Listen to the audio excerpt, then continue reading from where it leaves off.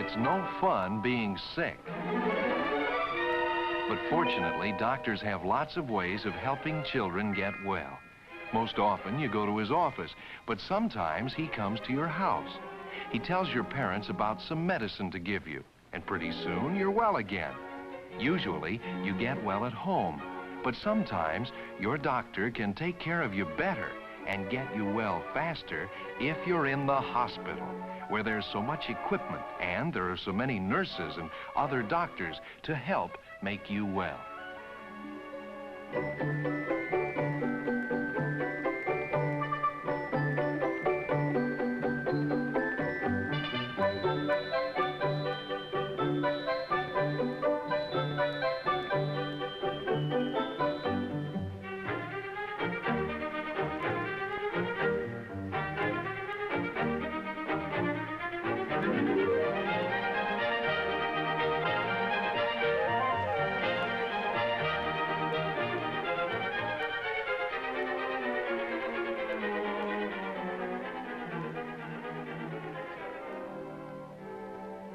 The first thing you do in the hospital is to stop in an office just inside the front door where your mother or father gives your name to a lady who types it on a piece of paper.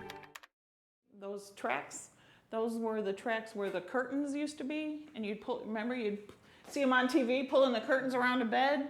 There used to be 2 beds in here, and then on the other side there were 2 beds in that room too. These rooms were isolation rooms back in the old days because they had the outside sinks and stuff right here next to the room. And now it's your office. Now it's my one of my offices, yeah. My mother came here to Michael Reese Hospital School of Nursing and was a student nurse here for about a year. She never finished because at that time the authorities had decided that you couldn't be married and still go to nursing school. And you had to be a single lady. You know, when you're a kid and you hear people talk about how great Michael Reese is, it kind of sticks in your head. And I was able to find that out for myself. So I came back, and my mom was happy as a clam.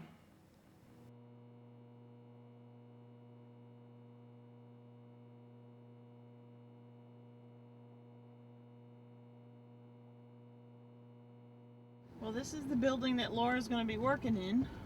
And no matter what, every time that we walk into this hospital, which I've got to prepare myself for, is, oh my God, you look just like your mother.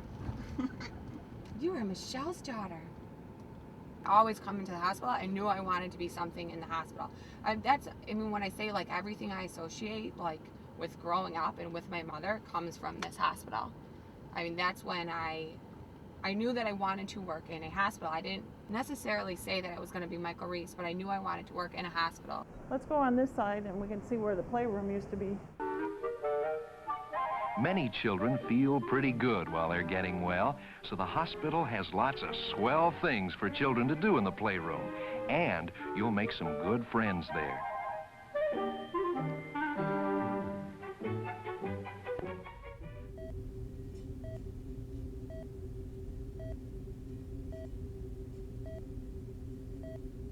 Michael Reese used to be one of the major hospitals for attracting physicians. We used to be a not-for-profit institution. About 15 years ago, the hospital was sold to a for-profit company.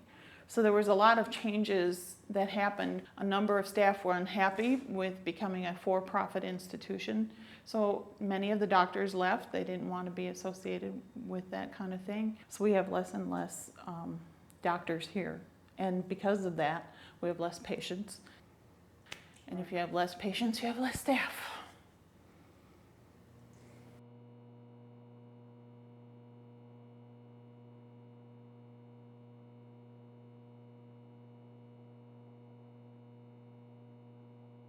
People are just starting to feel the effects of having things slowly taken away.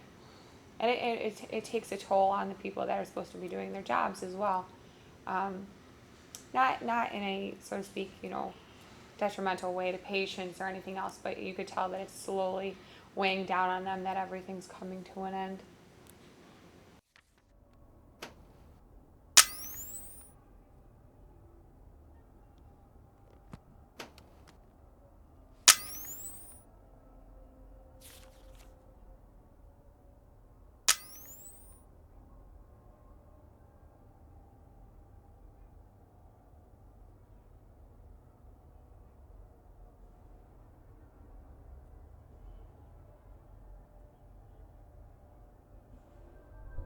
A historic Chicago hospital is closing. Administrators with Michael Reese Hospital are telling state regulators the facility, which has had many financial problems in recent times, will shut down by the end of the year. The Olympic vision for Chicago is getting a lot clearer. Chicago's Olympic designed to enable athletes to perform their best. All of it to be built on the Michael Reese site. Hiring people was a good thing.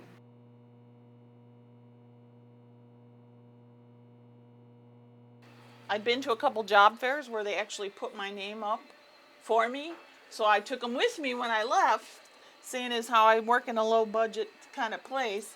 I didn't have to worry about paying for them or ordering them. I did pay for a tablecloth.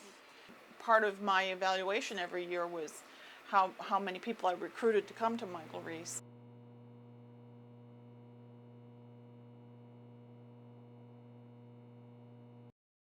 It's a totally different mindset as well. Instead of going to job fairs to recruit people to come to us, I've had 2 job fairs here where I had hospitals and healthcare providers come and set up their tablecloths and try and recruit our employees to work for them.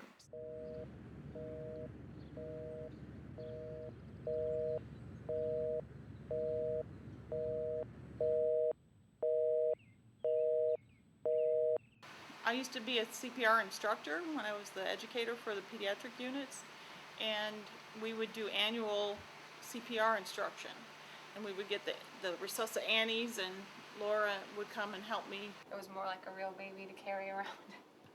So I didn't play with baby dolls, I played with CPR dolls.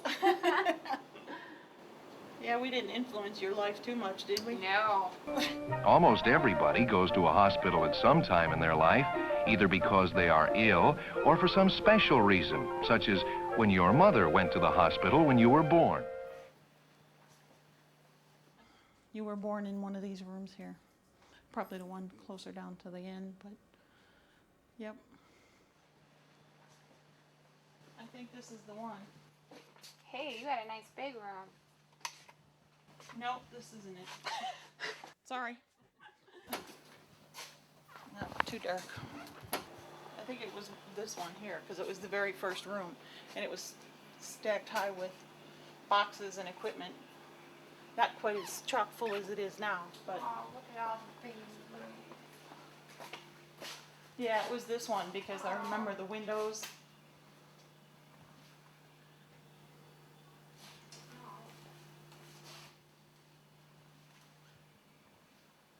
So I come back thinking it's going to be a bustling hospital, even though I know that your stories and stuff, but I have a hard time imagining that anybody would want to close this hospital with the amount of help that it's given out in the past hundreds of years. 127 years, yeah. Why wouldn't, instead of investing in Olympic Village, why wouldn't they invest in rebuilding this hospital? So I'm just confused and angry. For me, it's a little bit different, I think, because I've been here continuously during that time. I've been able to see the changes coming slowly. So I've gradually seen the demise coming over the last 10 or 15 years.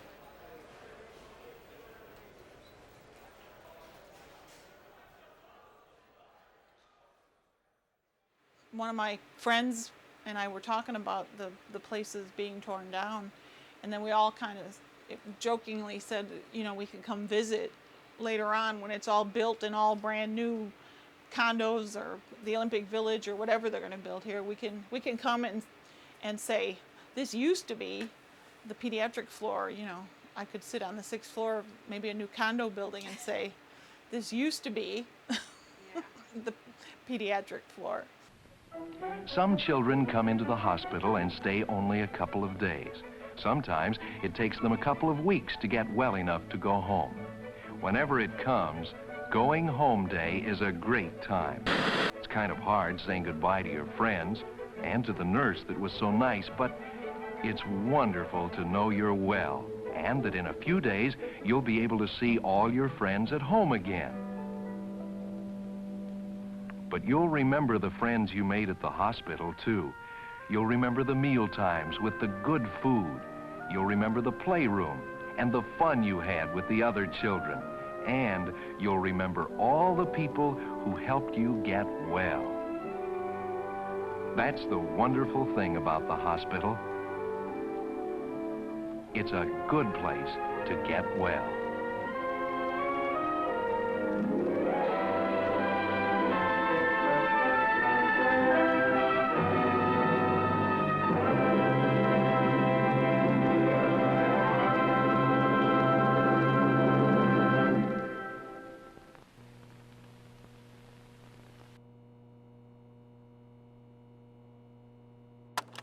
The International Olympic Committee's evaluation team spends its final full day in Chicago today.